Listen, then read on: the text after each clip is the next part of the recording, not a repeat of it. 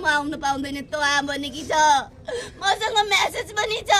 म साँझ आउँछु 5-6 बजेको गाडी बनाइदिनु डन्डको गाडी छ कि नै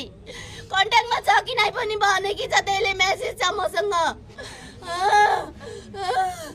त्यत्रो मेरो बुढालाई खेलमेल गरेर अहिले लास्टमा कोठामा बोलाइ मेरो बुढालाई 4 गते त्यसले पैसाको मार्केटिङ गर्न लगाए मलाई यति पैसा दिन्छस् भने दे नत्र तँलाई म फेरि केस गर्छु तँलाई फेरि फसाइदिन्छु भनिरे मेरो बुढा पक्का निएर रुनु भएको छ मेरो बुढाको भित्र मुटु भट्केर रोइ भिडियो बनाउनु भएको छ मेरो बुढाले मेरो बुढा 3 गते कोलपुर गएको मान्छे त्यसले फेरि 4 गते किन बोलाइ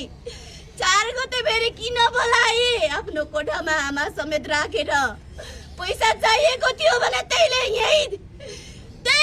अदालतमा पैसा माग्नु पर्ने थियो नि मेरो बुढालाई खुसुकै कोठामा किन राखी त्यसको केस त यही थियो जिपरका अदालतमा त्यसको सुर्खेत अदालतमा त्यसको केस चलेकै थियो त्यही पैसा माग्नु पर्ने नि त्यसले